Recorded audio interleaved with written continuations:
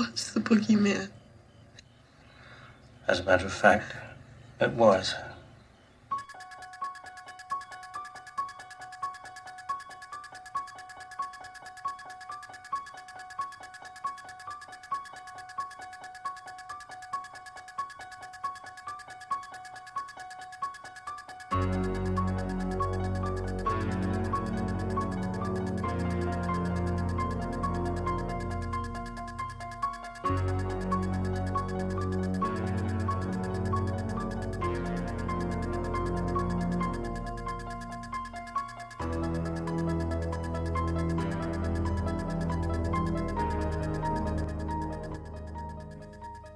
Hey everybody, welcome back to another sweet, and I mean fucking sweet podcast. It really does. Yes, that's right. We are the Spoiler-Filled Harsh Language Podcast. I am the host, Kieran. Join me with the regular band of misfits is Colin. What's up? How's it going? Alrighty, and Lula. What about ya? The film we're talking about today is the reason why we do this podcast. The film we're about to talk about today is the reason why I have no social life, and the film we're watching today is the reason why I haven't been laid in 5 years. Getting real honest in this one. I am obsessed, and I absolutely adore the 1978 horror classic Halloween. This has been a long time coming. We were going to save it for the 100th episode, which we're coming up. We're 10 away from. Ooh. But it's Halloween month, and with Halloween Kills coming, we figured we might as well tackle some of the franchise right now. So, gosh, where do we start? I'll start with me. Okay. I actually have a movie poster from Halloween I won at a silent auction. I went to this thing called Weekend of Horrors. And that's horrors, not whores. Weekend of horrors. Well, What a weekend, eh? it depends how much you have to drink. It's just a bunch of whores dressed up as Michael, but instead of jumpsuits, it's like little navy blue bikinis. That'd be awesome. You're giving Kieran a whole new fetish right now. Sorry, words. Guys, hold on. I need a minute. Hold on. But yeah, we went to this thing, and you can do what they call a silent auction. And you kind of, you know the film you're bidding on, but you don't know what the product is. Okay. Okay. So $300, I won one of the original movie poster prints That's to cool. get released in the cinema. I have that framed. I've had it framed now for 30 years. It is just gorgeous little print. I saw Halloween for the first time when I watched Halloween 2. Halloween was airing for the first time ever on TV. It was being released by Halloween 2 was being released by Universal. This one was bought by Universal, and they're going to release on a station network on the States called NBC, which was owned by Universal. So when Halloween 2 was being filmed, which version did you guys see? There's an uncut version of this Halloween film. Oh. Okay. Well, if you see in the one that has the scene where you meet Dr. Loomis as he's giving a lecture. Right, okay. What happened was, because Halloween's only an hour and a half, the agreement was you need to give us an extra 10 minutes. So the scenes that are in Halloween Director's Cut are actually scenes they filmed for Halloween 2, but put them in Halloween because they needed the extra space for commercials. Right, okay. No, the one I watched, So- you introduced to Loomis when he's driving to the sanitarium. Same. Okay. Same here. Okay. All right. Well, that's where those scenes were shot. They were shot during Halloween 2 and then put into Halloween for broadcast. So they have room for fit commercials. Okay. Because then the film would be too short. Yeah. So there you go. Little tidbit there. Yeah. All. And in all fairness, the director's cut's pretty boring and lame. Oh, was it? I was going to say I was going to watch it, but no, you'll save me a... There's no Michael Myers or anything. It's more Loomis talking and... Okay. You know, Loomis, you're all doomed. We make fun of the You're Doomed guy from Friday 13th, which we haven't talked to about in a while. Oh, I know. Ralph? This guy is the king of You're Doomed. It's evil. I noticed that whenever you first started talking about Michael, it's like it, and it's evil, the evil. In fact, yeah, he's very dramatic. He is. He's the Van Helsing, and he's the monster. But let me ask you about the director's cut here, Kieran. Yes. Because I know there is a deleted scene, and it's about how Michael learns to drive. Yeah, how the They fuck di- did he learn? They cut it.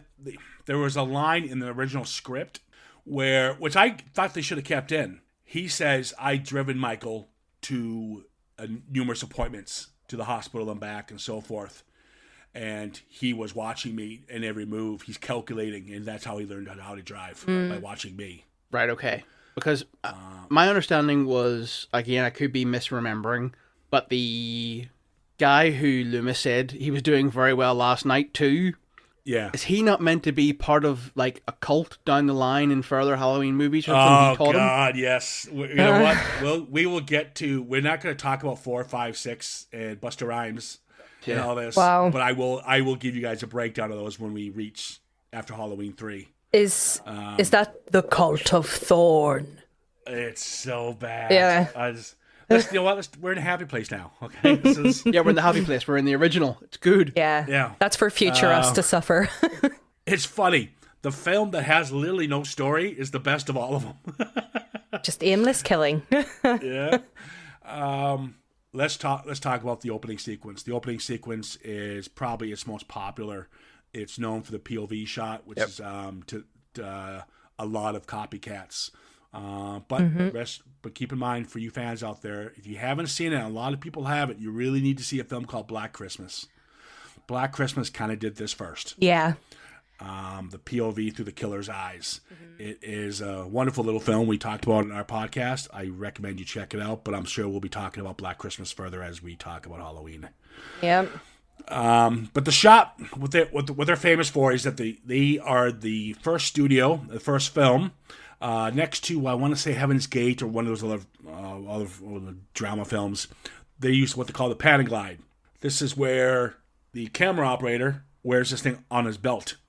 So any kind of POV shots or tracking shots when you're rocking behind Michael, and it's so smooth.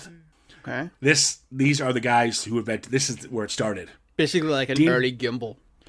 It's like it's Dean Cundy did the photography. Okay, guys is a fucking god in the industry. A lot of people when they talk Halloween say it was a lightning in the bottle. Okay, but this lightning bottle gave us Deborah Hill, John Carpenter, and Dean Cundy and Nick Castle. I mean, I'll give you an example with Dean Cundy. His credits include all of Carpenter's, including Escape New York, The Thing, Big Trouble in Little China, the Back to the Future series, Who Framed Roger Rabbit, Death Becomes Her, Apollo 13, Jurassic Park. I mean, this guy's, all right? Yeah. Everyone knows Dean Cundy. The guy's an Oscar winner. Kudos. But the one guy who doesn't get kind of his due is the man who actually trained on the Panaglide. And he's the one who really mastered this tool. And he's went on to work with Cundy again or his own stuff. But he's always been the camera guy. And just a beautiful, beautiful work. And I can't believe his name is escaping me right now. It's Ryan. Oh, God. Somebody look it up for me. Ryan Ranson. Was that? Ryan Ranson. No, Raymond Stella. Raymond Stella. Raymond Stella is the name. And he's the one who mastered this Panaglide. So he's the one who's pretty much Michael Myers, just with the big camera on. Okay.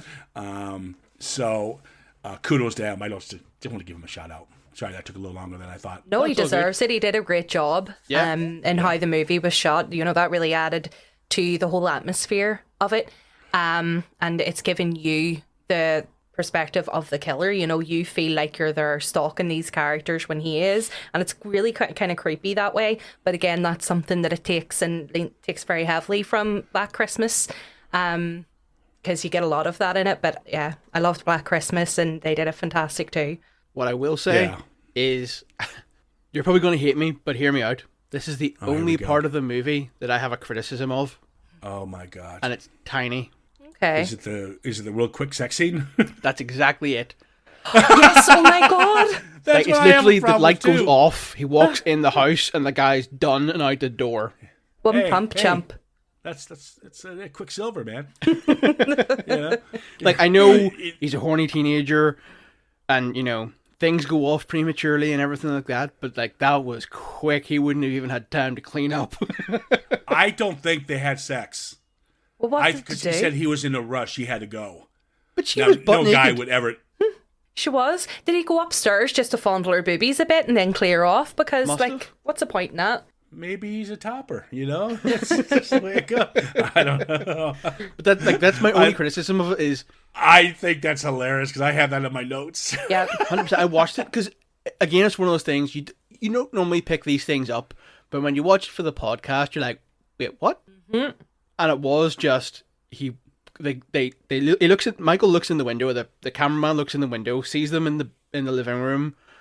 They then go upstairs, the light goes off, Michael walks into the back of the house, lifts his knife, and by the time he walks to the doorway, the boyfriend's coming down the stairs and ready to leave. It's like, Yeah. damn, dude, that was quick. Well, she was probably getting ready to get some yum yum time, and then he had to go. That's why I always took it.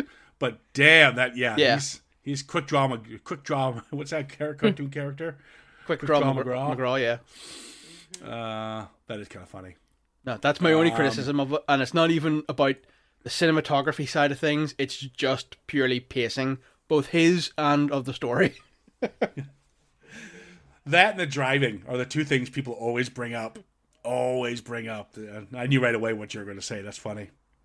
But the big twist of this one was that, especially in the late 70s, you put a knife in a kid's hand. You find out that the guy who stabbed his own sister was just a child. And that's revealed in the beginning sequence there. Mm-hmm. And it's just the shot of when the parents go, Michael, what's wrong? And he takes the mask off the kid, and the kids are staring at you blankly. And the camera pans up, and it just lingers for an extra minute with that keyboard music going in the background. Mm-hmm. It just sets the tone for what we're about to get. Yeah, it's very sinister. I mean, we talked about, I won't mention Black Christmas, we just did, but we talked about Evil Dead's a perfect example. Evil Dead did the same thing, where they had this long, lingering shot of a driveway with no noise, because you knew something ominous was about to happen. It's a nice setup. We open up, we get, after the killings, let's just jump to, I'm trying to think which one scene I want to pick. The escape scene. Okay. Yeah. The escape scene is I'm okay with it. I don't think it's anything special. A lot of people seem to like it. The reason I want to bring up the escape scene, we're going to talk about how this film was shot.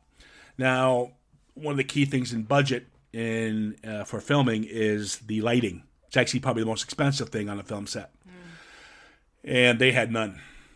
So what these guys had to do was film everything in dark and then used what lighting they had on the central characters of the scene. So when Michael Myers takes the car, steals it from Loomis, and drives away, they're pretty much in pitch black. Huh. You might see the whites of the escaped convicts in the rain, fuzzy in the background, but it's barely. And then you see them, but they're bright. They're in your face, bright. And the reason he did that was because if we can't use lighting and we can barely use it for the background, we're just going to put it on the actors and make everyone feel claustrophobic. So we'll surround them in darkness and have them be the bright light. So that's kind of what he was going with, more of a claustrophobic, atmospheric look, and that's why it's deliberately shot like that. I think it works, though. I was just going to say, I think it works. Oh, it does. That's my point. Yeah. Yeah, 100%. It really gives you that feeling of being in the dark and you can't see what's coming for you, you know? So yeah, it kind of adds to the terror. You watch a lot of the conversations he has with Chief Brackett when they're hunting Michael down. It's shot like that as well. And again, remember we talked about Black Christmas, Dula? Yeah. And I never got the twist at the end. Mm-hmm. When the phone rings. Yeah. Yeah, that's really good. And that was such a cherry on top. Colin, you need to see Black Christmas. Yeah, you do. Okay. Big time. Especially if you like Halloween. Okay, fair. Yeah, so they use this a lot. And I'm watching this for the 500th time. I caught something they did that I never caught, and I'll get to the scene when we get to it. Okay. It's very cool. and the way the whole film is done, its presence, and anyways, we'll get to it. Yeah. And what else do we got here? What do you guys got? Come on. give me Oh, something. there's quite a lot. I like the scene when they go to the sister's grave and the stone is gone. I think that's really fucking creepy because you're like, what in the name? Why would he take the stone? What is it for? And whenever you find out what happens, like that's fucking grim. It is grim, but I always want to picture Michael running around with a big gravestone on his back. It'd be nothing to him. He'd be carrying it under his arm like it's a fucking book. He's invincible. He is super strength. Like that. Well, you're saying? I was going to say he must have been doing some serious reps while he was in the sanitarium. You know, the funny thing is, we talk about this strength, and I'm the opposite on that because we'll get to Halloween 2, where he becomes this invincible monster man. I kind of like where he's more human-like and more grounded in this one because I think it makes him more real and more, more disturbing that someone, but when you start making him like He-Man, which we'll get to in part 2, that's where it kind of takes away the fear of Michael, I think. I get what you tend to agree. mean. Yeah, it's just like this guy who isn't very well in the head department, and he's just going right and murdering people. It's like, because it could happen to anybody. That could be anybody that has a snap or whatever, you know what I mean? So it adds that kind of, that wee thing to it. So I get what you mean. It's the kind of supernaturally superpower type thing. It the whole film is a stalker film. Yeah. And you're pretty much either following Jamie Lee Curtis or you're following Michael, the Shape. And Strictly that Laurie overlaps Strode. because he's following Laurie. Yeah. If I'm right in saying, pretty much every scene that she's in, he's there somewhere. Like either whether it be like a car in the background or something like that. Am I correct? Yeah, I would probably say 90%. Some of them I wouldn't say because he's busy killing people. Well, yes. But there's a scene I was talking about stalking. That's kind of funny, where he's stalking one of the kids, and he's coming out of school, and Michael for some reason is following him. I don't know why. I think it's maybe, well, he's seen the kid with Laurie, but also is maybe kind of relating to the kid himself, you know what I mean? Because he was about the same age when he killed his sister, and now he's back 15 years later to do the same. That was my thought on it as well, is he seeing himself in this kid? That's what I was thinking, just yep. remembering I used to be a kid, like that kind of disconnect from where he is now. Although what I will say, again, that scene makes me question the timeline of events in Halloween. So when he bumps into Tommy, who's the little kid, Yes. Michael is wearing the mask, but not until later on when Laurie and is it Annie meet Mr. Brackett, the sheriff or police officer or whatever. Yes. Yep. He's like, somebody broke into the hardware store, stole some knives, rope, and a mask. That's much later in the day. So has that alarm just been going off all day? No, I think yeah, I mean, we'll talk about the timeline. That's a good point. But I don't know. I think that's he stole it. That's why I look at it. Oh no, he did steal it. But my question is Who makes masks like that, by the way? what was it, man? I know how creepy. It's meant to be fella who played Captain Kirk. I can't remember. William Shatner. Yeah. A real William Shatner mask. Yeah, apparently their choices were a clown mask or the Shatner mask, and the clown mask was actually better made. But when they spray painted the Shatner mask, it was the way to go. Yeah. Yeah, they wanted him faceless. They spray painted it with a gray color, took off the eyebrows, opened up the circles in the eye. When you look at it, when you really look at it, it doesn't really look like Shatner unless you put it in a certain light. Yeah. But they also, I think they spray painted the hair as well, didn't they? Because in Halloween 2, it's kind of a red really light color for the hair. Well, he went to a tanning salon. And that brings... brought his hair up nice and light. Yeah. Well, yeah, it was actually the first choice, believe it or not, was a Richard Nixon mask. Okay. Terrifying. Yeah, and then they broke it down between the clown and Shatner. They wanted the clown traditionally because it matches to what he wore in the opening scene. Oh yes, of course. So that's what they were going with, but they said this mask is, and then the rest is history. You know what I mean? But I think they have it. I know it's one of those But when things you sort of go back and you're like, well, of course that was the obvious choice because Yeah. that's what you saw and that's what you fell in love with and that's what you enjoyed. But I do think putting him in a clown mask, no. Two on the nose. I get it. Bumpy. Actually, wait, when did it come out? Oh, it came out It was late 80s, way wasn't later. it? The book was 84. Okay, yeah, okay, never mind. I was gonna say that would have been kind of treading close to that, but no, different. Different decade. Yeah. So I was just making when he's talking Doyle Tommy, he's like really right next to him in the car. I mean, this guy's got I was waiting for Michael Myers to spray free candy on his car. Yeah, I didn't understand how the kid didn't notice because the car is like trailing right beside him the whole way. Well, I personally think Tommy Doyle is an idiot. Yeah, it makes sense. All right, I got a question. When we're jumping all over the place, who gives a shit? When Tommy Doyle is being babysit by Laurie, she brings out all these comic books. Is there ever any comic books that have Laser Man, Neutron Man, and Tarantula Man? Have you heard of any of these comic books before? I personally haven't. Well, those are probably just generic name brand comic books. Tarantula Man's clearly a nod to Spider-Man. Of course, yes. Oh yeah, I didn't think about that. Me either. Funnily enough, like what the fuck? Really? Yeah. I don't. I'm simple mode today. So as we see the progression of the stock, some people don't like Halloween because they say it's a slow burn, and it is a slow burn film. But the great thing about slow burn films, they have to give you something at the end, and this does just that. This gives you something really good at the end, some really terrifying shots and so forth. Most slow burns, burn out before they get to the ending, so a lot of people are disappointed. So I was always wondering why Halloween got that. Those are some of the days it's a slow burn. You didn't get into a kill for 45 minutes. You didn't do this and this. My question to you two is: do you think it pays off as a slow burn, or would you like to see more killing before it all kicked off? I don't think it is a slow burn.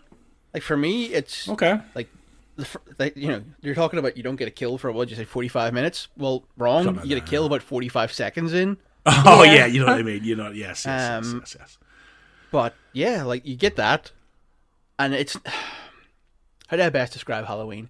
It is more of a suspense thriller to me than it is a horror. Thank you. I'm the Um, only one who thinks this is not a slasher film. No, it's not. Halloween 2 is by all means, Yeah. and I can see where Halloween spawned the idea of slasher movies, but no, it itself is more of a thriller suspense with horror elements. Yeah. Because yep. It draws you in. It's not too long, so I don't think it's a slow burn. It's not, it's an hour and a half. It was back when movies were reasonably short. And it's just overall, it's quite well paced. There's not really many times in Halloween I'm sitting there like I'm kind of bored. There's not much going on, and even in the scenes where there literally isn't much going on, like Annie getting stuck in a window for God's sake, Yeah. it's still kind of keeping you going. It's not dead weight. It's that it just Yeah. it fits. It's how do I put this? It's a Where's Waldo of horror or thrillers. Because you're mentioning Annie getting stuck in the window and so forth. You weren't concentrating on Annie. You were looking around to see where he was. Yeah, like you just knew something was going on. What was Michael planning? What was he going to do? You just it kept you guessing as to what he was planning next. Yeah. Yeah, that's exactly right. And a lot of people would, like I said, always argue with me that it's a slasher. And I said, no, that's somebody coined that as a slasher. And I can see it, you're right, giving birth to the slasher. Yeah, But by far, this is a lot smarter than it's not about the kill count. it's not because It's- realistically it's the kill count's very small. It's like what 4 or 5 people. Yeah, and if by today's standards, this is a PG-13 film. Yeah. It probably would be a. Besides the booby shot, but even Yeah. then, you probably get away with it these days. Yeah, you probably could if it was like a PG-13 or 12A or whatever the equivalent is. But yeah, 100%. It's not like there's not even really any blood. There isn't. Like there's a slight cut on Laurie when Michael stabs her in the arm. There's That's some it. blood-ish on Judith at the start of the movie when she's stabbed. Other than that, Oh, that's yeah. kind of it. Well, let's talk about the deaths. Okay. Let's where again. Well, then people said it was because of budget. You didn't want to do violence, and I'm like bullshit, because it's very easy to make blood. So if he wanted to gore fest this up, he could have done it with corn syrup. This is what they use to make blood. And so Annie's death is probably my favorite, and I like it because of Is it because when it's she- stupid? Because her acting is terrible. Her acting is terrible. Yeah, I just like the fact though. She goes to the car. She forgets her keys. She goes back to get the keys. She gets in the car. She realizes, how did she get in the car? It's now unlocked, and the breath from Michael Myers' mask is steamed up the windows. Yeah. Do you know what? That's fucking awesome. Do you know what that reminds me of? Whenever the girl gets killed with the plastic bag in Black Christmas, and you see her face through the plastic, like her face up against the glass, really made me think of that. Oh yeah, because instead of the plastic, you're seeing it through a fog glass. Yep, really reminded me of that. Was the acting better on Black Christmas? Oh well, so. Yeah, let's not get the acting. Okay. Let's not ruin our films here. Just because, like the actual scene itself, him reaching over, choking her, and then slitting her throat, great. However, the actual throat slitting it's hard to see. Well, I think that was just deliberate, because there would have been, if you cut someone's jugular, blood would be fucking gushing. That's true. But her actual facial expression and the execution of it at that part was poor. All right. Well, I didn't take it with anything from it, just acting wise, just because I enjoyed the how it was set up and how she got her comeuppance. So I didn't let that Oh, I get it. deflate it a bit. I'm but I hear okay your in that, point. yeah. This is one of those odd things where, for a horror movie, I am not tearing it apart. Yeah. Well, It's a bit like Ghostbusters in that You have a sense job for for me, one where there's not really anything I can critique. It's small things, so like little continuity plot points, some pacing in places, and occasional bad acting. That's it. When it comes to the acting, it's funny you bring that up. I'm watching this again through, I always say, through the podcast goggles, and let's get something straight. I love Jamie Lee Curtis. She is one of my favorite actresses. She is the original and always will be the Scream Queen. However, until she starts getting attacked and you see the fear, she knows something's wrong, and she starts crying, that's when it shows her acting chops. But until that started happening, I don't think she's definitely a rookie. It showed for me a little bit. Was it rookie acting, or was it her playing plain Jane because that was the point? Or both? I think Maybe. maybe a bit of both. But like I wasn't overly convinced with her acting at the part. Like Yeah. not all in all, but I mean the specific part where she starts crying and Michael emerges from behind her, which by the way is fucking terrifying. Best scene. That's my golden moment. It's such a scene. Like it Yeah. really is, especially considering the room she just came out of. And what she discovered, so she's terrified and he's just looming behind her. So well done. But her crying up until that point, I was a bit, yeah, because she's like, and you're like, come on, a bit more. Yeah, once she's introduced to Michael, her acting fucking just turns way up. But you're right. I can see what Colin was saying. She was 17 or 18 when she made this. She was very young. So maybe she was just playing the innocent schoolgirl virgin, like with her twirling her hair all the time.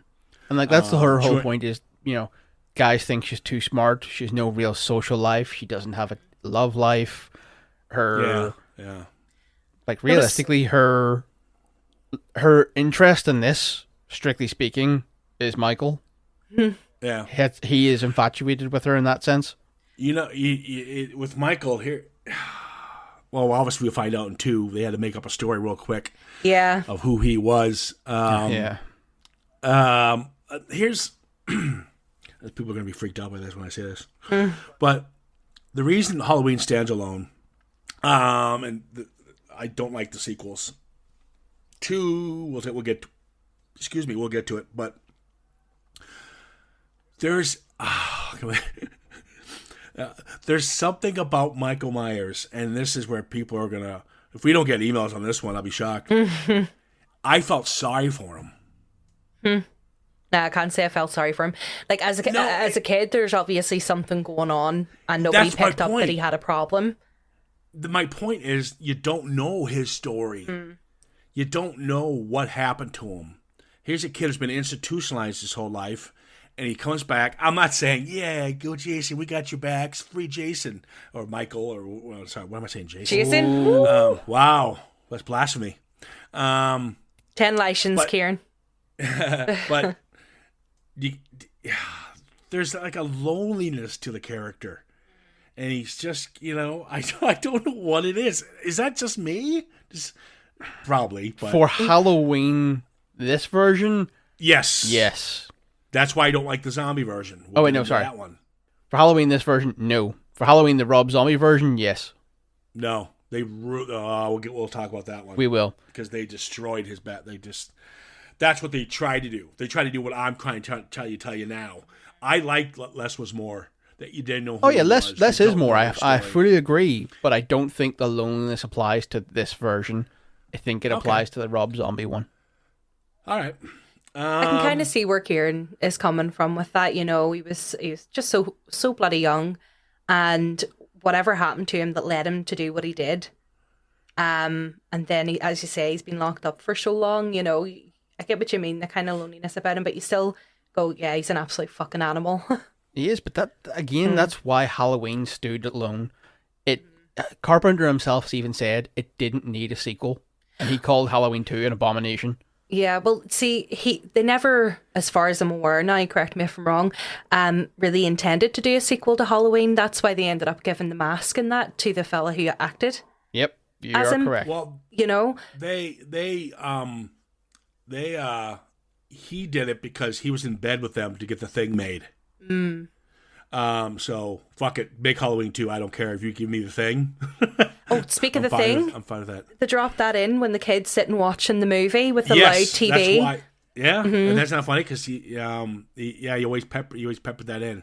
It's also in part 2. You can he glimpses it, but yeah, that's his little wink, which we eventually get the actual reboot.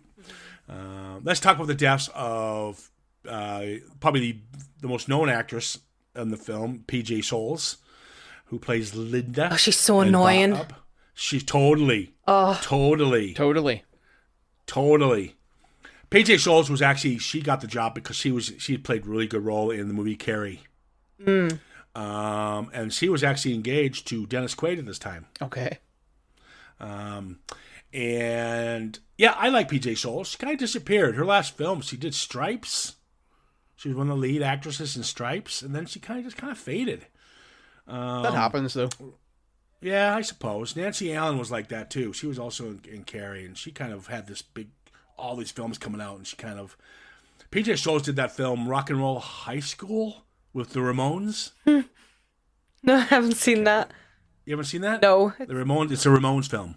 Right, okay. In the late 70s. It's pretty kind of a cult film. And anyways, let's talk about their deaths. These deaths, again, as camp as it is and plausibility as it is, it's so fucking good. So when Bob goes down to get a beer and he's going through the different closets because he thinks Linda's there to scare him, or Annie or somebody, and Michael comes out of one of the closets and just sticks him Yes. to the door. And let's get rid of law of physics. But I know. it's just the shot of him admiring his work. Oh yeah, just standing and looking at him hanging head there. tilt. Yeah. But for me, looking at it as an adult, or like as a kid, it's whenever I'd seen it, it's like, he's dead. Yes, he stabbed him and he stuck to the door. But looking at it again and being like, oh my God, how long is that knife supposed to be? That is just the tip of that knife. There's no way that it's holding him. And for some reason, that really annoyed me. I was like, come on, the fuck? You know? Yeah. I take both sides. But I think, Colin, how it works is we kind of talked about it with the Annie death in the car. Colin mentioned the acting was a little, raw. Yeah. When she got it. But it didn't take away from the effect of the kill and how it was done. I think the same thing applies to this death. I think this you can death let is it just about... Sorry, go ahead, Nilla. You let it slide. Yeah, you can let it slide, absolutely. The only thing I can't let slide is those terrible glasses Bob was wearing. They're a fucking sight. Yes, but they look fantastic on Ghost Michael. Yes, this is true. Oh my God. Oh my God. I got a figure of this. That's class. It is awesome. So yeah, we know that Lydia's on the phone. I'm gonna get out of here. Nothing's happening. I'm leaving. Really good acting. Totally. And totally leaving. And then, oh, okay. Did I got your ghost, Bob? Some Oh God, yeah. So bad. So she gets up to make a phone call because she's annoyed. He's not saying anything, but we'll know it's Michael underneath the sheet. And then there it comes. They have the stock theme, it's called. Mm-hmm. So it's just dun. Yes, so great. Dun. It's like two notes. Ding, ding, ding, ding, ding. Yeah, and then and the music always starts when he takes his first step. It's so good. And then obviously she gets strangled. And because of the call that Laurie got earlier from Annie or somebody eating, she thought, again, just a prank. Well, it sounds obscene. See, that correct me if I'm wrong, but that is pretty much straight out of Black Christmas. That scene where someone's on the phone and you hear them being murdered and they don't take it serious. Yeah. Yep. Could be. Yeah. Pretty sure. I think it is anyway. The thing is, those two deaths for me play off very differently. So for me, the Bob death is unbelievable, but it shows the power of Michael is just getting lifted up and stabbed and stuck to this door or wall or whatever. And it just shows he's this relentless machine. And then you have her acting so bad of blank. Was it Linda? Linda. Yeah. You have Linda's scene, and you have like the Bob Ghost Myers is great. It's funny. The actual death is a bit like, you could have done better, Michael. Like, you just choked her. Mm. Yeah, but he doesn't like get his hands dirty. It seems like he's more like, let's just get this done. He's not going to be messy, so his crime scene could be easily cleaned up. Of course. Michael Nice seems compact concerned with that crime sort of scene. thing. Yeah. Yeah. Now, have you noticed what happens here? Now, we talked about how Jamie Lee needs to turn it up a notch with the acting, and this is where it kind of starts to turn. Now, when I mentioned in the beginning of the podcast how I never really caught this film plays off like 10 Little Indians. And what I mean by that, she has very select few friends who are all dying off one by one. And as they're all dying off one by one, the lights go out. You notice this? The place gets darker and darker. So once he's done the final death, we all know he's going after her now. I didn't notice Her that. lights are off in her house. Her lights are off in her house. She puts the kids to bed. The lights are all out. Okay. Everyone is in complete darkness now. And I noticed that just watching this for the podcast eyes. If you notice the film also, the stalking, every time he does a kill, he gets closer and closer to her. Until he's eventually in the room with her, which we find out. The closet scene, which is a great scene. Yeah. And if you just notice that, it's really, really, really cool. It's like it's enclosed. It's like a, I don't know how to explain it, but it's like just everything's enclosing in on her to be exact. So like there's nowhere left to run. Cool. This is the fucking. Yeah. This is the moment. This is it. Yeah.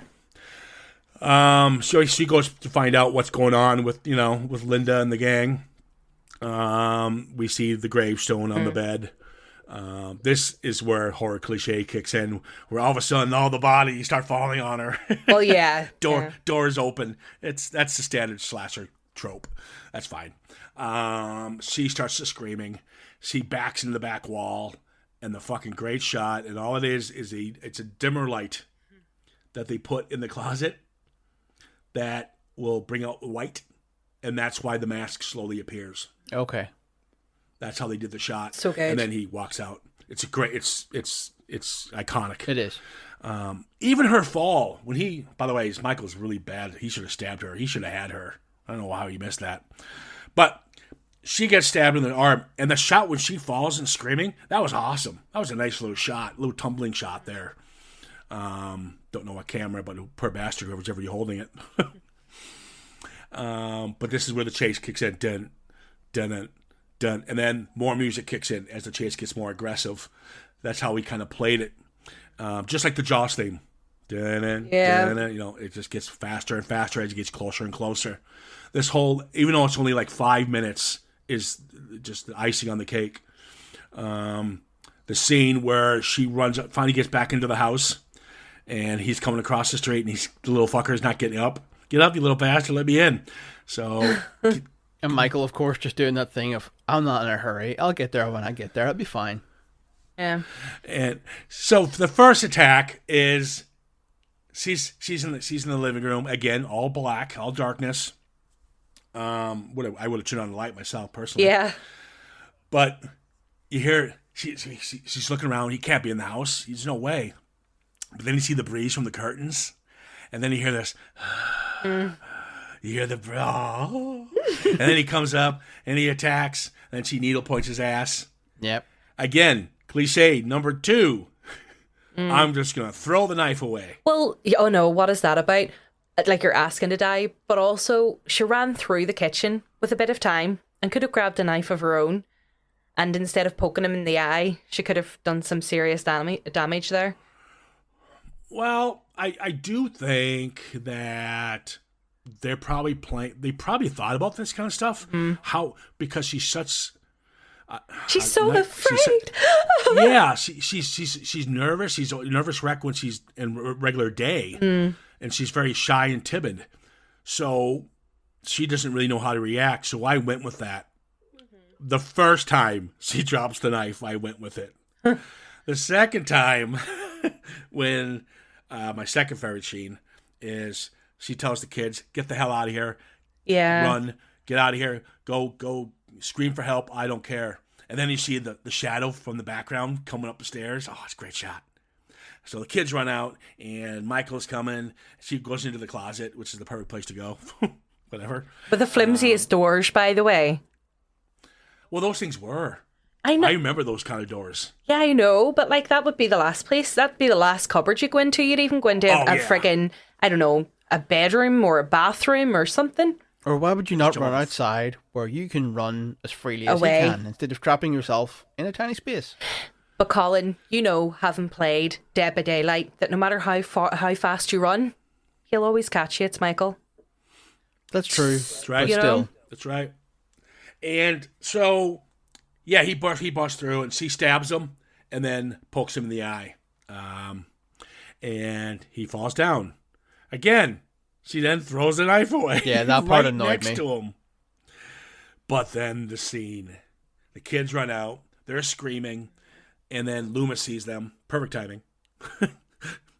He starts going toward the house, and there's, of course, as you do, turn your back away from the killer and lean on the doorway, and then you see the body just come up with no music, and the minute the body turns his head, dead. You know, the stock music starts. Fucking brilliant. Fucking brilliant. There's a and then obviously he gets his comeuppance. There was a funny. They did a test screening for this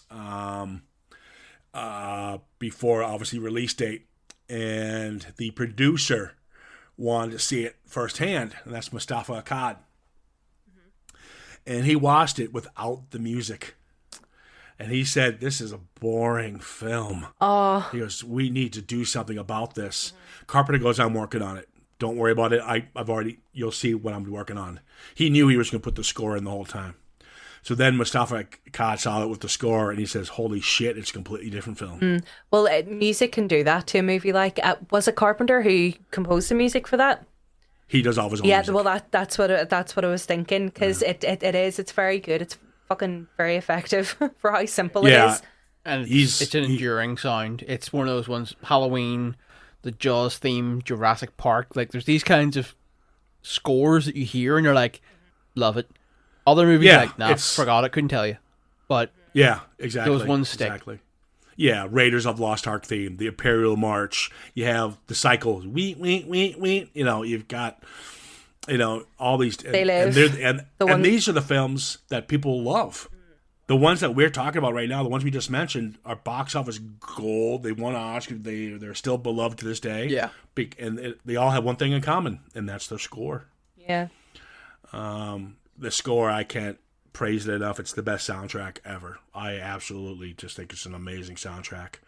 And God, he did an amazing job. you I did. don't know. Conan the Barbarian and Conan the Destroyer have pretty good soundtracks.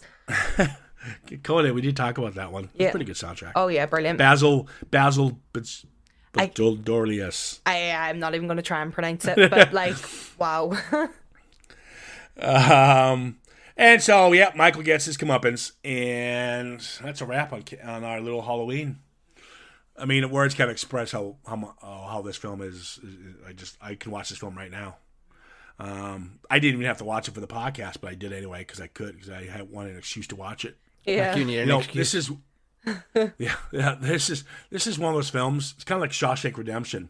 It could be on TV, and you'll watch the TV version, even though you have the DVD right behind you or something, because you might have missed something that's not in the DVD.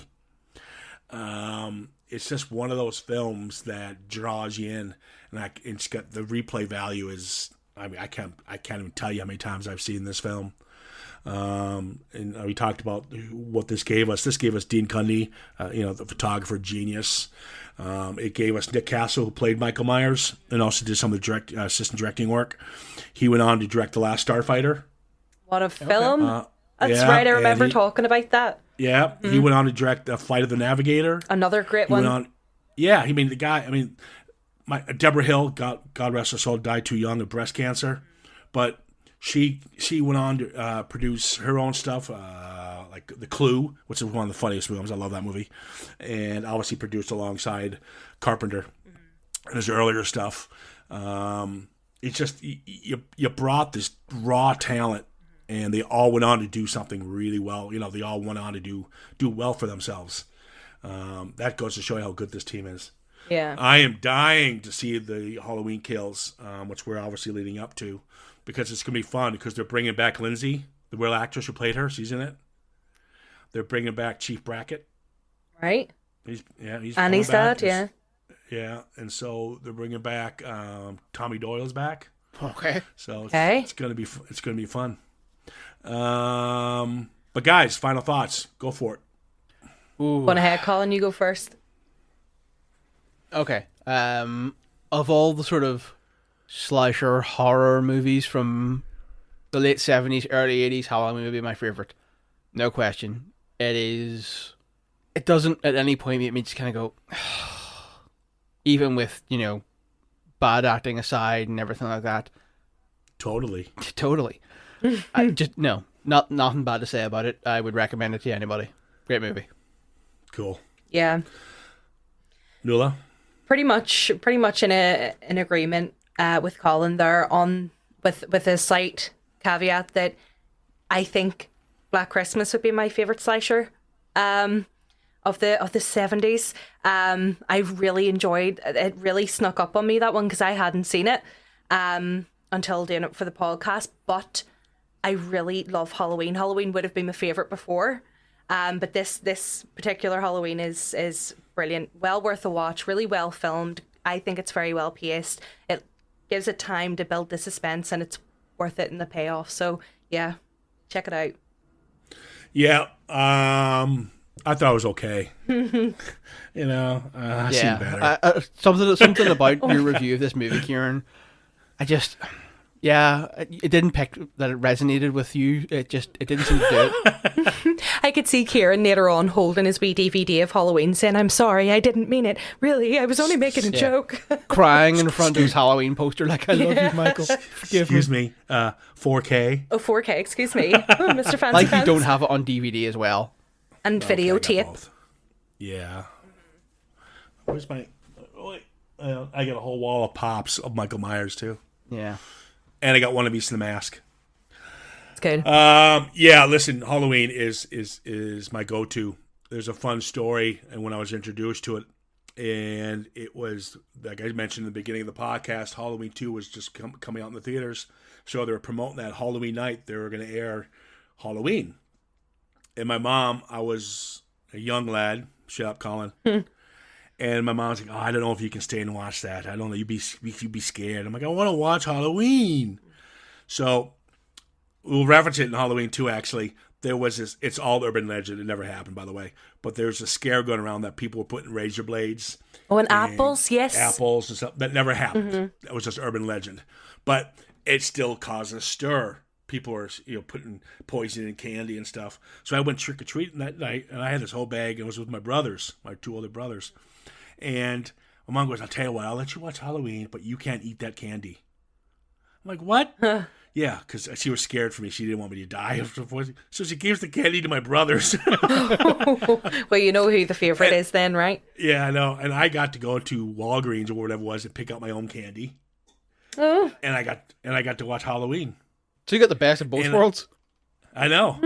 And the best thing about it was I remember watching it downstairs, Foliage Avenue, and I remember watching it and I just was glued to it, and it was hypnotic to me. I just loved the film. And I didn't love it because I was a kid. I was seeing people get killed and blah, blah, blah, because it was on, basic TV, so they cut it. But I was into it because I was impressed what I watched. Does that make any sense? I appreciated it for more than it's just being a slasher film. Don't know why. It just kind of reminisced with me. And ever since then, I've been following Halloween ever since. But there you have it. Yeah, Halloween is the greatest horror film ever produced. Again, I don't like using the word horror. I still, on Colin's end there, when it comes to, I think it's more of a thriller. I think it teetered on the slasher side, and it got coined that by a journalist. And I'm okay. It created the subgenre, the slasher genre. I'm okay with that because the copycats became to follow. The sad thing with copycats, when Friday the 13th came out, then Friday the 13th Part 2 came out, Halloween, the producer said, well, we got to make money on this. We need to start bankrolling. We need to start up the kills. Now, Halloween 2 has taken away taking a little bit of the shine simple off it. about Halloween, and they, in all fairness, they had no choice. I mean, they're gonna do it, but they sold out. And Carpenter knows he sold out, and he's not happy about it. He's not pleased with it. Matter of fact, we'll get to Halloween 2, and we'll talk about it further. That's a wrap on Halloween. Sorry to interrupt, but a quick thought. You say it's the best maybe horror thriller slasher kind of umbrella movie. What about Psycho? How do you think it fares against that? Which is a real master piece. Cheeky monkey. I'd just be interested to hear your thoughts. I think I would still pick Halloween because Really? I have a story. I have a story with Halloween. Yeah. So it was my first go-to. We were introduced to Psycho in school. We watch it for classes. Yeah. But you got to realize it's always going to be Halloween, Psycho, and Jaws. I get you. And some movies you those- just kind of have an affinity for, Yeah, and Peeping Tom will be up there too. But you know what's funny? You know what the original title of this film was? Tell us. Oh, I think I know the this. Babysitter Killers. Oh, Jesus. Well, I'm glad they changed it. I didn't think it was a baby. No, I didn't know that. Is the Babysitter Murders or the Babysitter Killers? Babysitter Murders, I think it was. But either way, that was it. Posters done, everything. And then Akkad watched the film the second time, and he says, okay, we like it. I like the film, but we have to change the name. And he looked up, and he found out that Halloween can be used. And it was a movie has never been called Halloween before. Yeah. So they were able to get the rights, and they were shocked. They got it, and he decided, let's call it Halloween. So it was the producer, again, who kind of made sure that name change came in, and that's when Halloween was born. Do you think that made a difference in its think so. success? Yeah, I would say so because I do think a title Psycho, Jesus, they see one word. Yeah. Halloween Jaws Psycho. It's yeah. Because you know what they've done? Anytime they've got the market for the rest of their lives because they got a movie called Halloween. Yeah. What films do you think people are going to want to watch on Halloween? Smart. So it's bankable. But it's kind of like asking that question. Can you see anybody else playing Indiana Jones but Harrison Ford? You can't really answer that question because you've always known it as Indiana Jones as Harrison Ford. Yeah. Harrison Ford is Indiana Jones. It's the same thing. It's always Halloween. I can't see it anything else. All right, that's a wrap. Follow us again as usual at CitizenFrame_podcast and on Facebook. We did some new changes to our logo. Have a peek. Give us your opinion, whatever you like. We'd appreciate it. And tell us what you thought of Halloween yourself. And we know a lot of our fans are probably big fans of Halloween, so we'd like to know your opinion. I'm sure it's all be the same. This was an awesome podcast, and we're going to end on a high note. See you guys all later.